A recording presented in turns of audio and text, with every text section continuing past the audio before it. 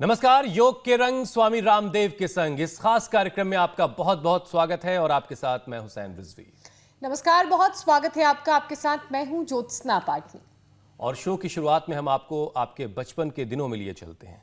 आपको याद है जब आप बचपन में शरारत करते थे तो आपके कान पकड़कर आपको उठक बैठक करने की सजा दी जाती थी। हुसैन, मुझे बहुत अच्छे से याद है और आपको तो ये सजा जरूर मिली होगी बचपन में। आप इस सजा से बच गई थी? नहीं, मुझे हमारी उम्र के जितने भी लोग हैं, ज्यादातर लोगों को इस तरह की सजा बचपन में मिली है, लेकिन अब जमाना जरा बदल गया है। अब बच्चों को इस तरह की कोई भी पनिशमेंट नहीं दी जाती। लेकिन क्या आप जानते हैं कि ये सजा दी जाती थी तो इसका मकसद कोई खराब नहीं होता था। माना जाता है कि कान के इर्द गिर्द एक्यूप्रेशर पॉइंट्स होते हैं जिन्हें दबाने से हमारा जो दिमाग है वो तेज होता है। जी हाँ हुसैन, बिल्कुल ठीक कह रहे हैं आप। एक रिपोर्ट के मुताबिक दोनों कान पकड़कर उठक बैठक करने से ब्रेन की बैटरी चार्ज होती है। कान से ब्रेन में एनर्जी का फ्लो बढ़ता है, ब्रेन शार्प और कंसंट्रेशन पावर बढ़ती है और किसी भी चीज को आप लंबे वक्त तक याद रख सकते हैं। विदेशों में तो बाकायदा इसकी सुपर ब्रेन योग के नाम पर प्रैक्टिस करवाई जाती है। बिल्कुल ज्योत्सना, तभी हमारे प्रधानमंत्री जो हैं वो बच्चों से जब मिलते हैं तो अक्सर उनका कान पकड़कर दबाते हैं। दरअसल कान के एक्यूप्रेशर पॉइंट का सीधा कनेक्शन हमारे ब्रेन से होता है। हुसैन, एक्यूप्रेशर पॉइंट्स की अगर बात हो या फिर मेडिटेशन और रेगुलर योगा अभ्यास की, तो ये शरीर को तो फिट रखते ही हैं, साथ ही ब्रेन को भी बनाते हैं स्ट्रांग। ब्रेन इमेजिंग टेक्निक के जरिए एक रिसर्च की गई है। इसमें जिन बच्चों ने रेगुलर योग किया उनके ब्रेन में मेमोरी स्टोरेज कैपेसिटी ज्यादा पाई गई है। और योग के साथ इटली के यूनिवर्सिटी ऑफ ट्रिनेटो की एक रिपोर्ट भी हम दर्शकों को बता देते हैं। अगर आप संस्कृत के श्लोक रोजाना याद कर पाते हैं, उसका उच्चारण सही तरीके से कर पाते हैं, तो इससे भी आपकी मेमोरी की जो पावर है वो बढ़ती है। ये बात आपने बिल्कुल सही कही कि संस्कृत आज भी स्कूलों के सिलेबस में तो है, पर बच्चे आजकल इसे ज्यादा ऑप्ट कर नहीं रहे हैं। लेकिन उसके बहुत फायदे हैं और यही बात आज स्वामी रामदेव हमें बताएंगे। स्वामी जी हमारे साथ जुड़ चुके हैं। स्वामी जी, बहुत बहुत स्वागत है आपका। स्वामी जी, बहुत बहुत स्वागत है। मैं तो सोच रहा था आज कान पकड़ते हुए कोई शुरुआत होगी। बहुत बहुत प्रणाम। आज शीर्षासन से इसलिए शुरुआत की है, इससे ब्रेन का अगला, बीच का, पिछला वाला हिस्सा, इसके बारे में पूरा हम बताएंगे कि कैसे ये काम करता है। और ये जो मंत्र पाठ कर रहे हैं, करो करो। य आत्मदा बलदा यस्य विश्व। मंत्र पाठ करने से मेधा विकसित होती है। किस तरह से हमारी मेमोरी शार्प होती है, इनके स्वरों से, इनके उच्चारण से, इनकी चैंटिंग से, वो हम पूरा विस्तार से अभी बताएंगे। और आपने बचपन में देखा होगा, खड़े हो जाओ, ऐसे कान पकड़ के खड़े करते थे। यहां से कान दबाते हैं, यहां कान का पॉइंट है, कान के बीच वाले हिस्से में भी पॉइंट है, और यहां भी पॉइंट है। एक पॉइंट यहां है, एक पॉइंट यहां है, एक पॉइंट यहां है। तो तीनों जगह से कान पकड़ के पहले तो ऐसे ही खींच देते हैं, इससे टोंसिल अच्छा होता है। ये तो एक बात है। आपके सामने टेलीविजन लगा हो तो जरा देखिए, हम दूसरी जो तस्वीर दिखा रहे हैं। हमारे प्रधानमंत्री भी जब बच्चों से मिलते हैं तो कुछ इसी अंदाज में कान खींचते हैं।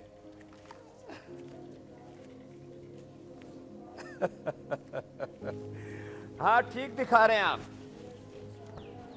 ये हमारा ट्रेडिशनल तरीका है हमारे फ्रंट ब्रेन को, हमारे मिड ब्रेन को जहाँ हाइपोथैलेमस सिस्टम होता है, हमारे हाइंड ब्रेन को जो मेडुला ऑब्लंगेटा से जुड़ा होता है, जिससे पूरा हमारा central nervous system, peripheral nervous system जुड़ा होता है और उससे पूरी एक्टिविटी चलती है। और इसीलिए आज हमने शीर्षासन जो बच्चे उधर कर रहे हैं, पीछे जो अनुलोम विलोम कर रहे हैं, शेषे जो मंत्र पाठ कर रहे हैं, ये इसी हमारे इंटेलिजेंट क्यूसेंट, जिसको आईक्यू लेवल बोला जाता है, उसको अच्छा बनाने का एक साइंटिफिक तरीका है। तो फ्रंट ब्रेन, मिड ब्रेन और हाइंड ब्रेन, जो है इसको कंप्यूटर के माध्यम से भी हम समझ सकते हैं। उसमें जो एक तो हार्ड डिस्क होता है, एक प्रोसेसर होता है, उसी तरह से हमारा ब्रेन भी कुछ ऐसा ही होता है। तो इसलिए यहाँ वाले हिस्से को देखो, यहाँ वाले हिस्से को पहले टिकाते हैं, इसके ऊपर फिर यहाँ और यहाँ तक भी आता है। ये तो और तरीका होता है, यहाँ से ऐसे शुरू किया और पहले दीवार के साथ करे, जो तरह भी बहुत अच्छा करती है, इसको यहाँ से किया और इसको 5 मिनट तक करना है। ऐसा करने से, चलो बच्चों सभी करो, सब करेंगे शीर्षासन एक साथ और जो मंत्र पाठ कर रहे हैं वो भी मंद मंद गति से मंत्र पाठ करते रहेंगे। स्वामी जी, और अनुलोम विलोम कर रहे हैं हमारे पूज्य स्वामी ईशदेव जी, पूज्य स्वामी आर्षदेव जी, ये जो हमारे इनके गुरुजन हैं वो भी योग करते हैं, योगी हैं। और एक खास बात ये बताना चाहता हूँ, अपने बच्चों से 5 मिनट शीर्षासन करवाइए। कुछ लोग खाली 5-10 सेकंड करते हैं। 5-10 सेकंड में तो प्रोसेस स्टार्ट होता है ब्रेन के ट्रांसफॉर्मेशन का, उसमें करंट पास ऑन होने का, और 5 मिनट के अंदर ये अपना पूरा कार्य कर देगा। और इससे हमारे ब्रेन के सारे सिग्नल्स और उससे फिर हमारी मेमोरी, हमारा IQ लेवल, देखो ऐसे वापस आराम से आना है और फिर ऐसे थोड़ी देर इसमें शीर्षासन में लेट जाना है। अब एक खास बात बता, IQ लेवल मापने के लिए जो पैरामीटर बनाए गए, जिसका 125 से 150 के बीच में, 125 से 150% जिसका IQ लेवल है उसको इंटेलिजेंट माना जाता है। शीर्षासन के बाद सर्वांगासन भी यही काम करता है। शीर्षासन से मस्तिष्क के सामने वाले फ्रंट ब्रेन को और इससे जो पीछे वाला जो हाइंड ब्रेन है उसको हम एक्टिवेट करते हैं। इसलिए दोनों का एक पूरा समन्वय होना चाहिए। जो ये योगाभ्यास नहीं करेंगे और बच्चों का IQ लेवल 10 से 20% होता है। अब बताइए, 10 से 20% स्वामी जी, और 150% जो हमारा IQ लेवल है। स्वामी जी, उसमें बड़ा आज तो फर्क होगा कार्यक्रम ना की उसे शुरुआत भाई। आपने शीर्षासन से और की वो है, फर्क होता है योग से। लेकिन जब लोग रोजाना योग करने की शुरुआत करें तो क्या वो सीधे सबसे पहले शीर्षासन कर सकते हैं या फिर पहले उन्हें वार्म अप करना चाहिए, सूक्ष्म व्यायाम? शीर्षासन और सर्वांगासन की सबसे खास बात यही है, ये बिना वार्म अप किए जाते हैं। तेज एक्सरसाइज के बाद, तेज दौड़ने के बाद नहीं करना चाहिए। कोई भी व्यक्ति शीर्षासन आदि करने के बाद, एक खास बात और भी बता देता हूँ, जिनको हाइपरटेंशन, हार्ट की प्रॉब्लम को तो करना चाहिए ही नहीं। एक खास बात और बता देता हूँ, शीर्षासन के बाद फिर ये हलासन होगा। 1 से 5 मिनट का टाइमिंग है इनका। जरा एक बात गौर से सुनना। एक आदमी ने मुंबई के अंदर ही शीर्षासन किया और शीर्षासन करके 5-10 मिनट लंबा किया और सीधा छलांग लगा दिया। 10 मिनट 15 मिनट शीर्षासन करके स्विमिंग पूल में नीचे ही रहेगा, वापस आया ही नहीं। शीर्षासन करने के तुरंत बाद स्नान नहीं करना चाहिए। शीर्षासन करने के तुरंत बाद दौड़ना नहीं चाहिए और दौड़ने के तुरंत बाद शीर्षासन नहीं करना चाहिए। इसलिए ये अभ्यास करने के लिए शुरू में जरूर थोड़ी प्रैक्टिस करनी पड़ती है। शुरू में दीवार का सहारा लेना पड़ता है, मैंने भी लिया था। फिर धीरे धीरे जैसे अब ज्योत्सनाथ जी की तरह मीनाक्षी जी का भी अभ्यास हो गया, हमारा अभ्यास हो जाएगा। और अब देखो, शीर्षासन, सर्वांगासन, हलासन के बाद चक्रासन, पश्चिमोत्तानासन से क्रमशः हम आगे बढ़ रहे हैं। और मेरे का ब्रेन और पूरा central nervous system, peripheral nervous system, ये सब एक साथ जुड़े हुए हैं। आगे और इसके संदर्भ में बताएंगे। ऐसे 1-1 मिनट करके ऐसे एक आसन को करें और 5-5 मिनट तक लेकर के जाएं। चलिए सब बच्चे खड़े हो जाएंगे और खड़े होकर के एक साथ आगे और पीछे, ये तो दोनों तरफ कर लेते हैं। चलो खड़े खड़े चक्रासन करो और फिर वापस आ जाओ, ये फिर वापस करो। इससे हमारा सेंसरी सिस्टम और मोटर सिस्टम, सेंसरी और मोटर दोनों सिस्टम अच्छे होंगे तो हमारा इंफॉर्मेशंस पूरे शरीर तक पहुंचाना और फिर उसको कमांड दे करके एग्जीक्यूट करना। Motor system, senses system, motor system अब ऐसे बच्चों का अच्छा होगा जो इस तरह से ये चक्रासन करते हैं। फिर बैठ जाइए बच्चे। अब देखो, ये बहुत कठिन नहीं है, यद्यपि कठिन आसन भी हम करवाते हैं, लेकिन ये कठिन नहीं है, फिर भी बहुत महत्वपूर्ण है।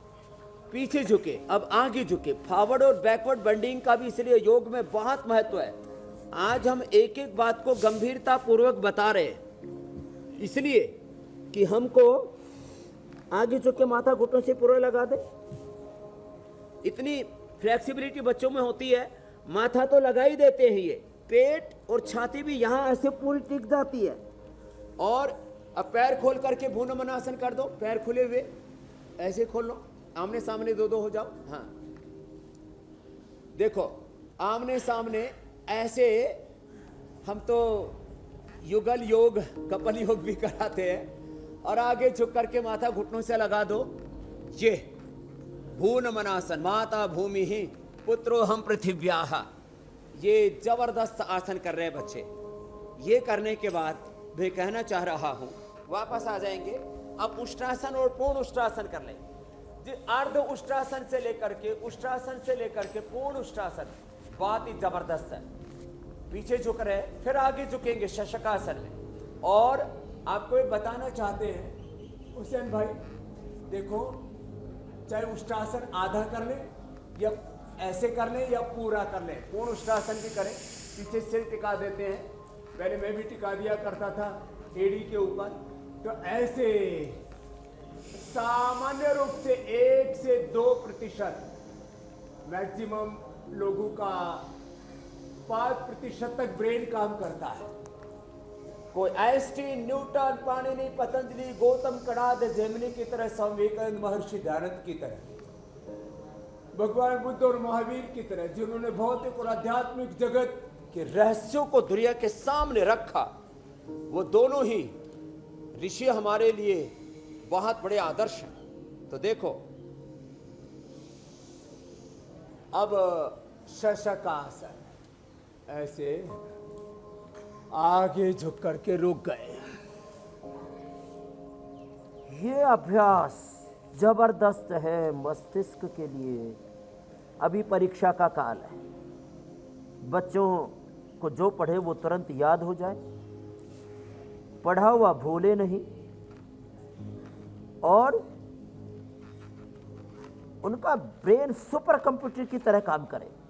उसके लिए 5 से 10 आसन, पहले 5 आसन बता दिए, अब 5 आसन और बता रहे हैं। मात्र इतने आसन जो अभी हम बता रहे हैं, यही उन्होंने कर लिए।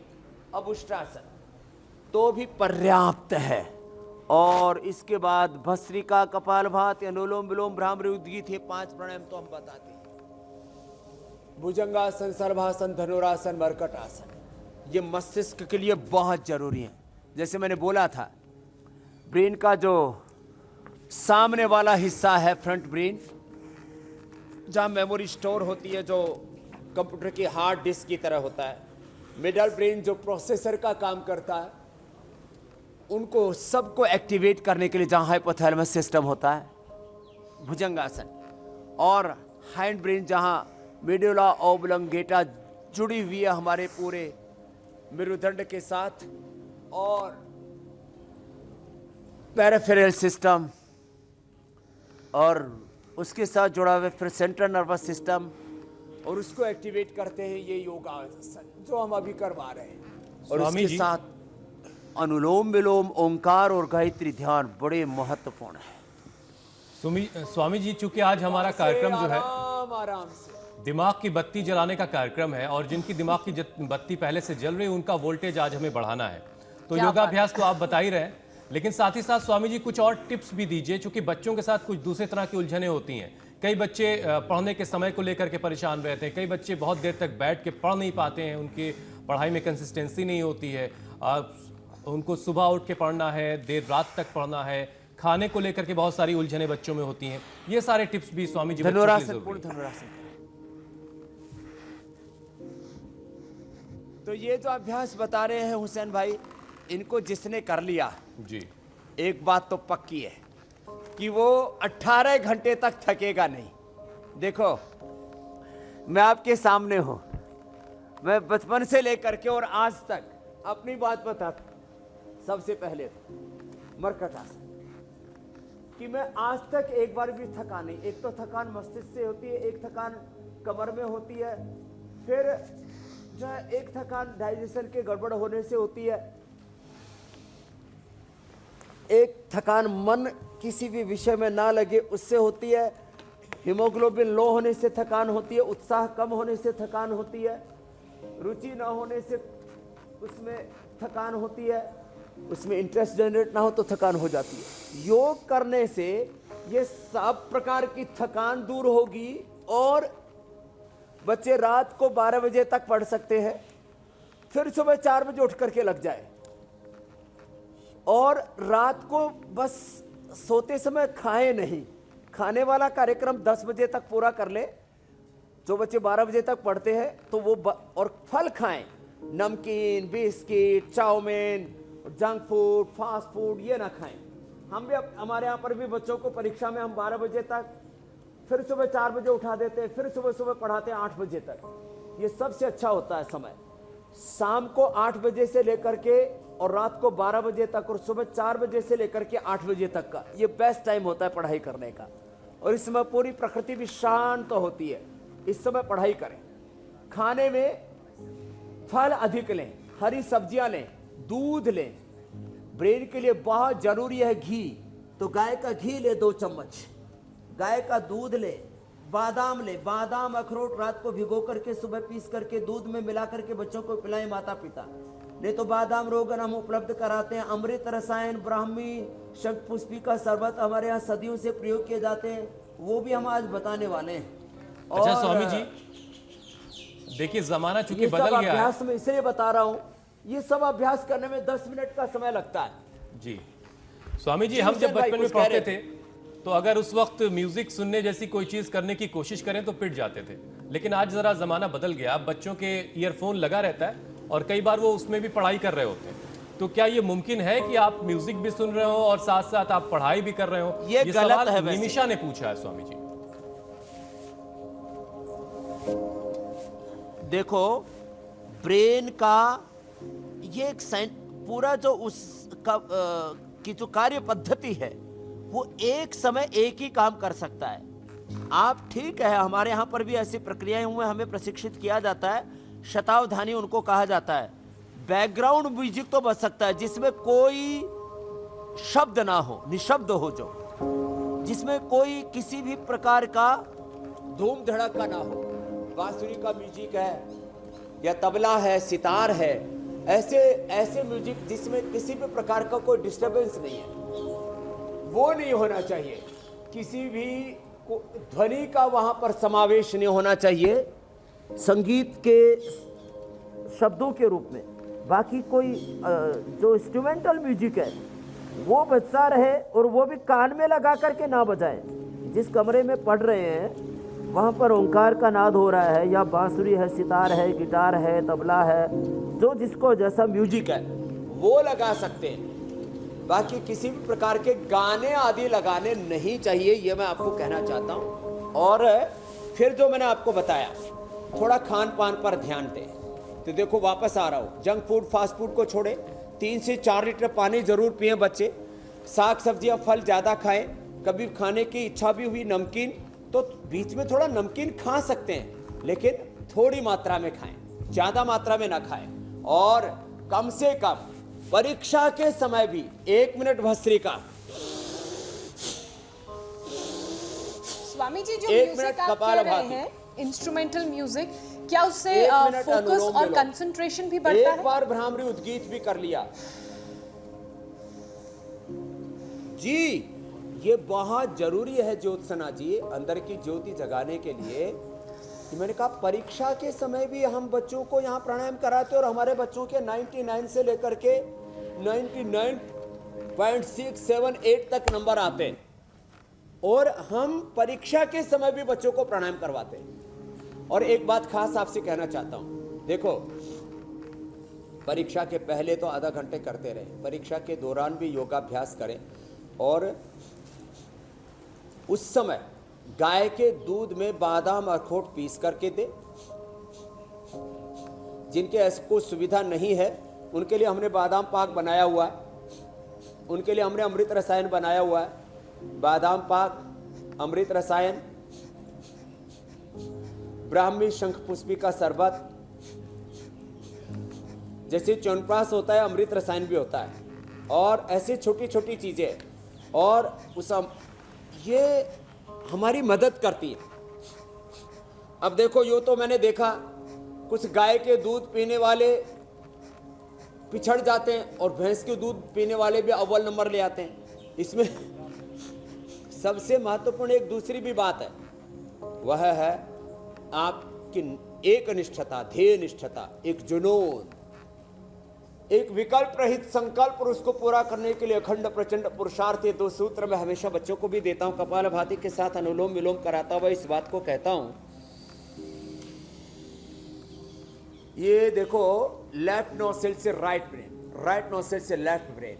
और जो संगीत की बात कर रहे थे, तो इंडिया टीवी के भी स्टूडियो में जो ओंकार का नाद गूंजता रहता है, इसको नाद योग कहते हैं। मंत्र गूंज रहे हैं जैसे मेरे सामने यहाँ वेद की ऋचाएं गूंज रही है, ऐसे ये संगीत सात्विक संगीत है जिसमें किसी भी प्रकार का डिस्टर्बेंस नहीं होता। इसके साथ पढ़ाई कर सकते हैं। तो ज्योत्सना जी, आपने और हुसैन भाई ने जो प्रश्न पूछे उनका मैंने समाधान भी दे दिया है, और ये धीरे लेकिन बहुत सारे समाधान स्वामी जी अभी आपको और करने हैं। एक आपका गजब का अनुभव है स्वामी जी, आप एक पिता की तरह से हजारों बच्चों के अभिभावक हैं, और हमारे देश में स्वामी जी जो पेरेंटिंग का तरीका है वो विदेशों से थोड़ा अलग है। विदेशों में क्या होता है कि बच्चे को फैसले लेने के लिए छोड़ दिया जाता है, और हमारे देश में ये है कि जब तक बच्चा अपने पैरों पे खड़ा हो जाता है नहीं है, उस वक्त माँ बाप अपने बच्चे को गाइड करते रहते हैं। और कई बार तो शादी ब्याह के बाद भी बच्चे माँ बाप के ही कंट्रोल में हमारे यहाँ होते हैं, लेकिन विदेशों में ऐसा नहीं है। वहाँ अगर आपने बच्चे के साथ सख्ती की तो आपको जेल की हवा भी खानी पड़ सकती है। तो इसमें सही तरीका क्या है स्वामी जी?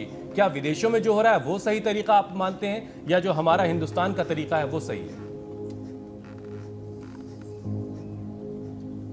एक तरीका तो ये है, ये मेरे सामने दीपक रखा हुआ है, तो संजय भाई दीपक से और मुझ तक आएंगे। देखो, ऐसे बच्चों को 2 मिनट का त्राटक भी करवाया करें, दीपक का या दीपक के तरह ही सूर्य का, और यदि चांदनी वाली रात है, शुक्ल पक्ष है, तो चांद का, ऐसे त्राटक करते हुए। ये बड़ा जबरदस्त है और इसका इम्पैक्ट बहुत पावरफुल होता है। अब जहां तक आपने बात पूछी, देखो मैं आपके सामने बैठा हूं, एक अनपढ़ माँ बाप के घर से आया हूं, सरकारी स्कूल और फिर गुरुकुल से पढ़ करके, गवर्नमेंट स्कूल से गुरुकुल से पढ़ करके यहाँ तक पहुँचा हूँ। हमेशा अपने माता पिता और गुरुओं की बात मानी है। तो बात इंटेलिजेंट, आप बात न मानने से नहीं बनते, बात मानने से इंटेलिजेंट बनते हैं। तो आपको बात तो माननी है, लेकिन अनावश्यक हस्तक्षेप बच्चों की जिंदगी में ऐसे नहीं करना चाहिए कि बच्चा बनना चाह रहा है खिलाड़ी, बच्चा बनना चाह रहा है डॉक्टर, बच्चा बनना चाह रहा है इंजीनियर, बच्चा बनना चाह रहा है साधु, बच्चा बनना चाह रहा है साइंटिस्ट। जो बच्चा बनना चाह रहा है माँ बाप उसमें मदद करें, अपनी इच्छा बच्चों पर ना थोपे। ये तो मैं जरूर माँ बाप से कहूँगा। ये अलग बात है कि व्यक्ति की प्रकृति की खोज कैसे करें, उसकी पहचान कैसे करें। तो ये बहुत अहम है स्वामी जी। जो बच्चों के भीतर से उठता है वो उसकी मूल प्रकृति है, वो बहुत सहज से प्रकट हो जाती है। किसी बच्चे की किसी कला में, किसी संगीत में, अनुलोम विलोम करो बेटा सब, जिसकी जैसी भीतर से उसकी मूल प्रकृति, इसको बोलते हैं बेसिक नेचर।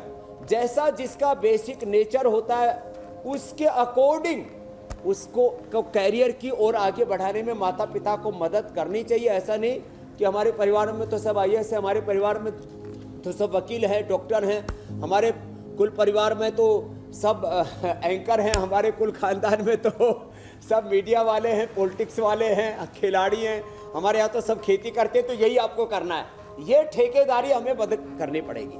जो बच्चे बनना चाहते हैं उसको वो बनने दो।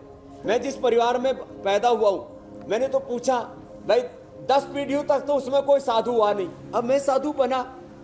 तो मुझे भी शुरू में माता पिता ने रोका, तो कुल मिलाकर मैं स्वामी ऐसी जी, बंदिशों को ठीक नहीं मानता। एक संतुलन बनाने की जरूरत है, इसका विद्रोही हूं। एक संतुलन बनाने की जरूरत है। माँ बाप अपनी इच्छा को भी रखें, लेकिन बेटे की इच्छा का भी सम्मान करें कि बेटा क्या चाहता है, उसके अंदर किस चीज को लेकर के ज्यादा सलाहियत, ज्यादा काबिलियत पाई जाती है, उसके हिसाब से उसको आगे की तरफ प्रमोट किया जाए। स्वामी जी, अब सवाल कुछ शामिल कर लेते हैं।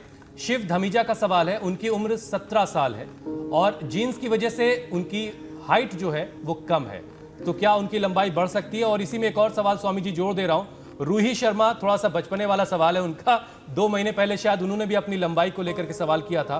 वो 17 साल की हैं और वो 2 महीने से आपके साथ योग भी कर रही हैं। कह रही कि मेरी लंबाई नहीं बढ़ी है, स्वामी जी मेरी लंबाई बढ़ाई है। तो उनके लिए भी कुछ बता दें आप। तो एक तो 5 आसन जो शुरू में बताए थे और अब और जोड़ देते हैं। सूर्य नमस्कार 25 से 50 बार करना है, ये जरूर करें। और दूध पिए, दूध, दही, छाछ, पनीर, सोयाबीन, दालें, ये बहुत जरूरी है हाइट बढ़ाने के लिए। जिसमें प्रोटीन पूरा है और जिसमें कैल्शियम फास्फोरस पूरा है वो फूड लें और साथ में योगाभ्यास करें। मैंने खुद किया है ये, अपने माता पिता से आधा फीट तक 6 इंच तक बच्चे बड़े हो सकते हैं उनकी हाइट, और ये 18 साल तक हाइट बढ़ सकती है, कोई दिक्कत नहीं है। तो लगी रहे जो ही जी भी, तो 25 से 50 बार सूर्य नमस्कार करें, 5-5 मिनट शीर्षासन सर्वांगासन करें और दूध, दही, छाछ का पूरा प्रयोग करें। शाक सब्जियां लें और रोज फ्लैक्सीड ले, तिल ले, गाजर ले और जो फल पसंद आता है वो फल ले। तो स्वामी जी, हाइट वाले मामले में कितने दिनों में असर दिखाई देता है योग का? और यदि हो सके तो 100 बार तक लेके जाए, आधा घंटा लगता है इसमें। अब ये जबरदस्त है। ज्योत्सना जैसे स्वामी जी किसी को हाइट चाहिए तो कोई क्या करे?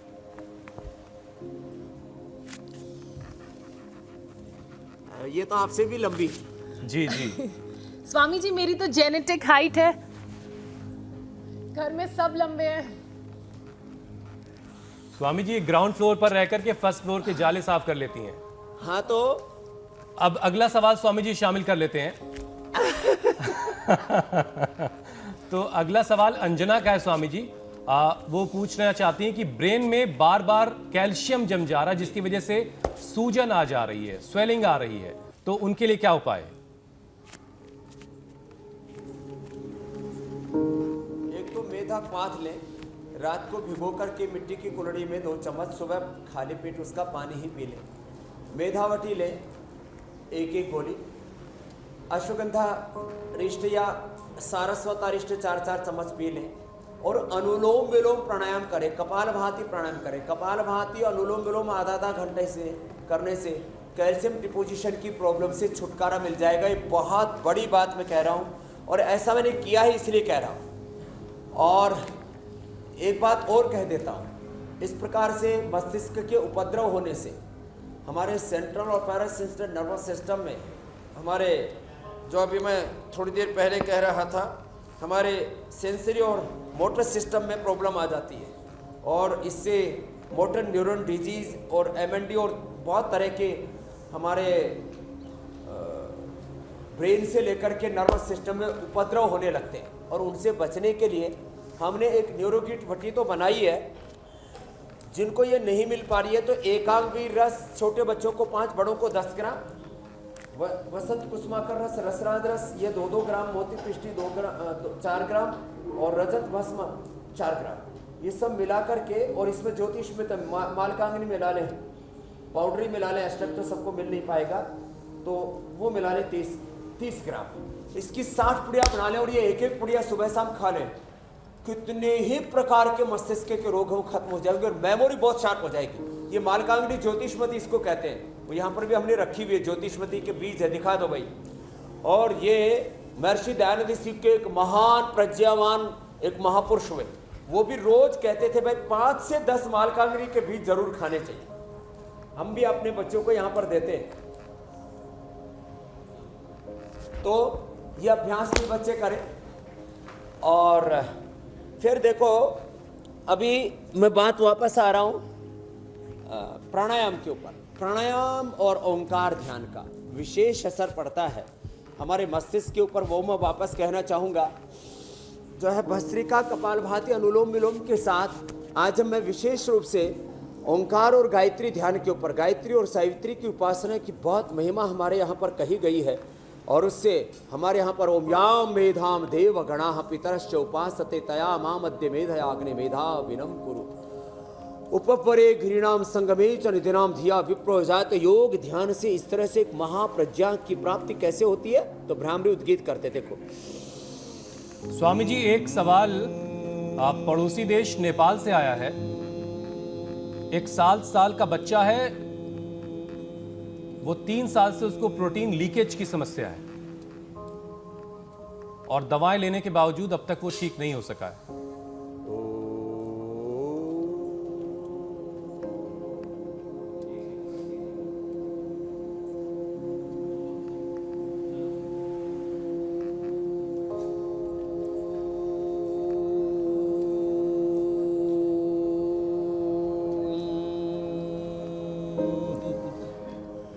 तो भस्त्रिका, कपालभाति, अनुलोम विलोम के साथ है भ्रामरी उद्गीत, और फिर ओम भूर्भुवः स्वः तत्सवितुर्वरेण्यं भर्गो देवस्य धीमहि धियो यो नः प्रचोदयात्। ऐसे इनका 5-5, 10-10 मिनट जप किया जाता है हुसैन भाई, ओंकार और गायत्री का जी। और जितने भी हमारे मत पंथ हैं, मजहब हैं, चाहे बिस्मिल्लाह रहमान रहीम हो। और मैं उस दिन देख रहा था, स्टूडियो में गया था, तो आपको गायत्री मंत्र भी आता है, मुझे सुनकर के उस दिन बड़ा आश्चर्य हुआ। तो ये ओंकार और गायत्री की उपासना मेधा की वृद्धि के लिए हमारे यहाँ पर युगों से इसके ऊपर बहुत अनुसंधान किया। आपने जो पूछा था प्रोटीन लीकेज के लिए, तो प्रोटीन लीकेज के लिए एक तो हुसैन भाई यहाँ से हाथ दबाते, यहाँ से दबाते, कपालभाति के साथ कपालभाति आधा घंटे तक कराते हैं, उज्जाई कराते हैं और अनुलोम विलोम कराते हैं। ये पॉइंट दबाते हैं दोनों हाथों में। साथ में चंद्र प्रभावटी, गोक्षुरादि गुग्गुल, चंद्र प्रभावटी, गोक्षुरादि गुग्गुल, पुनर्नवादि बंडोर, एक एक गोली खिला देते हैं तो प्रोटीन लीकेज की प्रॉब्लम भी दूर हो जाती है। ये बच्चों में आजकल बहुत प्रॉब्लम आ रही है, तो उसका भी सॉल्यूशन मैंने बता दिया है। और कोई प्रश्न हो तो ये ले लीजिए। ये स्वामी जी, अब एक्यूप्रेशर पॉइंट्स के बता जरिए दिया है प्रोटीन लीकेज के लिए। एक्यूप्रेशर पॉइंट के जरिए स्वामी जी ब्रेन को शार्प करने के कौन कौन से पॉइंट्स हैं वो भी बता दीजिए। तो एक तो अभी बताया था थोड़ी देर पहले मैंने, यहाँ से और इसके ऊपर से, ये 3 जगह से तो कान में दबाना है। सबसे नीचे वाला हिस्सा, और भगवान बुद्ध आदि के देखते हैं, भगवान महावीर आदि के देखते, कान भी बड़े लंबे थे, हाथ अंगुलियां भी बड़ी लंबी थी कहते हैं। तो एक तो यहाँ से, एक तो ये, एक ये और एक यहाँ से, 3 जगह से कान दबाएं। और उसके बाद यहाँ 2 जगह से ये यहाँ से दबाएं।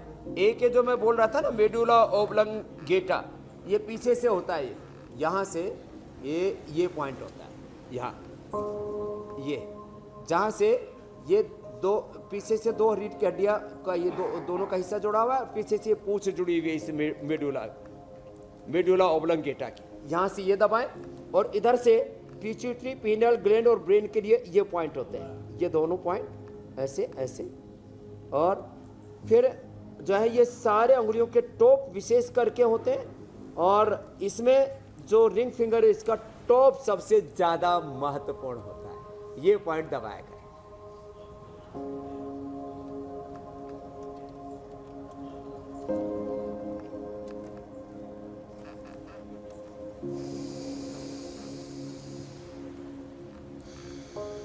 तो ये पॉइंट हैं एक्यूप्रेशर के हुसैन भाई, और इनका जबरदस्त लाभ होता है।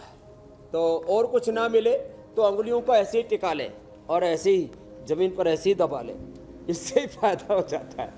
और जोर से ताली बजाने ऐसे। हमारे यहाँ भजन कीर्तन करते हैं, या इस्लाम में जो है हमारे यहाँ पर मुसलमान भाई जो है वो कव्वाली गाते हैं, तो भी ऐसे ताली बजाते। आजकल तो कई तरह से ताली और थाली के बहुत प्रयोग हुए हमारे देश के अंदर। और फिर एक बार जोर से हंस ले जरा, हाथ ऊपर उठा के जोर से हंसो। हंसने में भी संकोच करे, हंसो। तो स्वामी ये जी, बहुत चूंकि आज हम अच्छे दिमाग की प्रयोग बत्ती हैं। जलाने का कार्यक्रम लेकर आए थे, तो अब आपको एक ब्रेन टॉनिक बनाना भी बता दीजिए हमारे दर्शकों को। बच्चों के लिए कौन सा ब्रेन टॉनिक आज आप बना के दिखाएंगे जिससे उनका ब्रेन जो है वो शानदार तरीके से काम भी करेगा और वो टॉनिक बहुत स्वादिष्ट भी हो, टेस्टी भी हो, क्योंकि बच्चों को टेस्ट से बहुत लगाव होता है। तो देखो, एक तो जो हम अलग अलग औषधियां बताते हैं, नीचे इतनी औषधियों का प्रबंध तो सबके लिए थोड़ा मुश्किल होगा। ये औषधियां जिनको मिल पाए बहुत अच्छी बात है, जिनको ये सब ना मिल पाए उसके लिए हमने एक प्रबंध कर रखा है। तो ये अमृत रसायन हम आंवले से बनाते हैं और उसके अंदर ये जो सामने औषधियां रखी हुई हैं, ये औषधियां उसमें बादाम से लेकर के ब्राह्मी, शंखपुष्पी, शतावर, अश्वगंधा से लेकर के ये सब औषधियां उसके अंदर मिलाते हैं। अब एक दूसरा उसका तरीका है कि ब्राह्मी चूर्ण ले लिया हम, ब्राह्मी, शंखपुष्पी, ज्योतिषमती, जो हम यहाँ आपको बता रहे थे, ये ज्योतिषमती है। ये ज्योतिषमती के मालकांगरी के बीज बोलते हैं इसको। तो ये सब जिसको ना मिल पाए तो ऐसे ये ब्राह्मी का चूर्ण रात को पानी में भिगो दिया। अब ये ब्राह्मी भी ताजी सबको नहीं मिल पाती, वैसे आजकल लोगों ने अपने घरों में लगाना शुरू कर दी है। और जो है ये रात को भिगो करके और सुबह उसका पानी नितार करके और उसको चाशनी में डाल दें, तो पानी के अंदर नीचे वो जम जाएगी। चाशनी के अंदर पानी उसका डाल देंगे, इसके नीचे ब्राह्मी का पाउडर जम जाएगा और उसका सत्व आ जाएगा इसके अंदर। अब इसके अंदर चाशनी बना करके उसके अंदर ब्राह्मी डाल दी और फिर इसके अंदर थोड़ी सी इलायची और थोड़ा सा बादाम, थोड़ी सी इलायची, थोड़ा सा बादाम, ये घरेलू शरबत बता रहा हूँ। थोड़ा सा बादाम, थोड़ी सी इलायची ये डाल देंगे उसके अंदर, तो ये एकदम बढ़िया फर्स्ट क्लास शरबत तैयार हो जाएगा। और जो है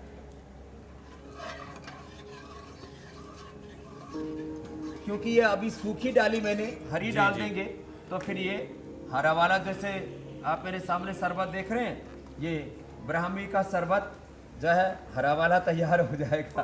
और जो है ये तो ब्राह्मी का शरबत बताया। अब एक है दूसरा, आंवले को गाय के घी में भून करके। बहुत सारे लोग ऐसे भी हैं जो वजन में बहुत कम हैं, जिन्हें कहा जाता है सीख सलाई से लोग, तो कल हम लोगों का वजन भी बढ़ाएंगे। और कम वजन भी बहुत बड़ी परेशानी है। एक गाना भी था, तार बिजली से पतले हमारे पिया, तो उनको थोड़ा मोटा करना है। देखो ये तो ब्राह्मी शरबत तैयार हो गया जी। और ब्राह्मी का पाउडर ये हमने पूरे देश को उपलब्ध करा दिया। लोग पूछ रहे थे ब्राह्मी कहाँ से ले, शंखपुष्पी कहाँ से ले, तो ब्राह्मी शंखपुष्पी हम उपलब्ध भी करा देते हैं, ये शरबत भी उपलब्ध कराते हैं और घर में कैसे बनाना ये भी बताते हैं। साथ में इधर से देखो, ये आंवले की पिष्टी बना करके उसको चाशनी में डाल करके और फिर उसके अंदर ये जितने भी द्रव्य हैं, बादाम से लेकर के ब्राह्मी, शंखपुष्पी से लेकर के ये डाल करके तैयार कर देते हैं। तो क्योंकि अब प्रोग्राम हमें पूरा करना है, तो फिर ये देखो ये तैयार हो जाता है, ऐसे खाने के लिए तैयार हो गया अमृत रसायन। ये सर्दियों का जैसे च्यवनप्राश होता है, गर्मियों का च्यवनप्राश भी और मस्तिष्क का सबसे बड़ा टॉनिक है ब्राह्म रसायन। बुद्धि को हमारे यहाँ पर ब्रह्म बोला जाता है, ब्राह्मी। बहुत शानदार स्वामी जी। तो आज हमने लोगों की दिमाग की बत्ती जलाई और जो लोग योग करते रहेंगे उनकी दिमाग की बत्ती हमेशा जलती रहेगी और वोल्टेज भी लगातार बेहतरीन आता रहेगा। तो बहुत बहुत धन्यवाद स्वामी जी, बहुत बहुत शुक्रिया। स्वामी जी प्रणाम।